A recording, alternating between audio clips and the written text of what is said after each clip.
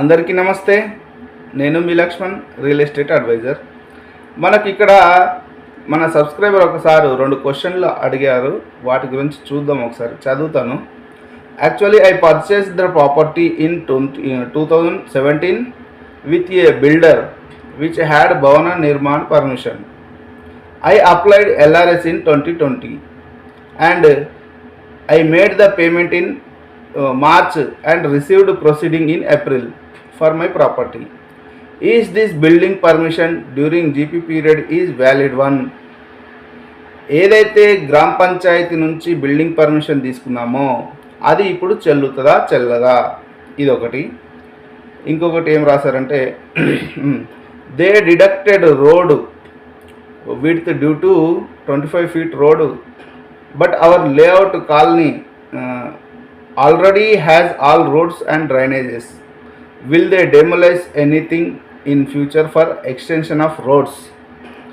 Already ఇలా కాలనీలో 25 feet road ఉంది, అంటే ఈఎల్ఎస్ రాకముందులు. మరి డ్రైనేజ్ సిస్టమ్ కూడా ఆల్రెడీ బిల్ట్ అయి ఉంది. ఈ ఎల్ఆర్ఎస్ ప్రకారం ఏదైతే 30 feet రోడ్ ఉందో దానికోసం ఇప్పుడు ఏమైనా డెమలైజ్ చేస్తారా, అంటే కట్టుకున్న బిల్డింగ్లలో ఏమైనా పడగొట్టే అవకాశం ఉందా అని క్వశ్చన్ అన్నట్టు. 2 క్వశ్చన్లు ఇక్కడ. పాతది ఏదైతే గ్రామ పంచాయతీ అప్రూవల్ ఉందో అది రన్నింగ్లో ఉంటుంది, నడుస్తుంది, అది వ్యాలిడే. ఇంకోటి ఏంటంటే కేవలం ఈ ఎల్ఆర్ఎస్ స్కీమ్ వల్ల ఈ 30 feet రోడ్ విడ్త్ ఏదైతే ఉందో దానికోసం మాత్రం డిమోలైజ్ చేసే అవకాశాలు ఏమీ లేవు.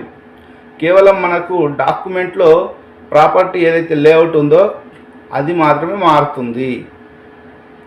అంతేగాని ఈ 30 feet రోడ్ కోసమే కూలగొట్టే అవకాశాలు ఏమీ లేవు. దాని గురించి ఏం చింతించకండి.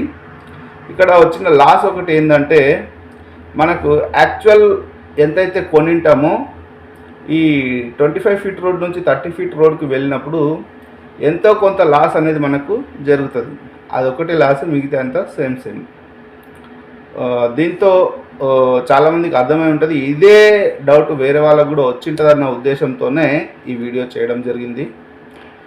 ఎటువంటి చింత అనేది అవసరం లేదు. ఎల్ఆర్ఎస్ స్కీము ఇది 1 రోజుతో 2 రోజులతో ఆగిపోయేది కాదు, ఇది నిరంతర ప్రక్రియ. నెక్స్ట్ కూడా మీకు ఏదైనా అవకాశం ఉంటే అప్లికేషన్ చేసుకోండి. మీ లేఅవుట్స్ని కూడా లేదంటే ప్లాట్ని కూడా రెగ్యులరైజ్ చేసుకుంటే బెనిఫిట్ అనేది ఉంటుంది. Thank you so much.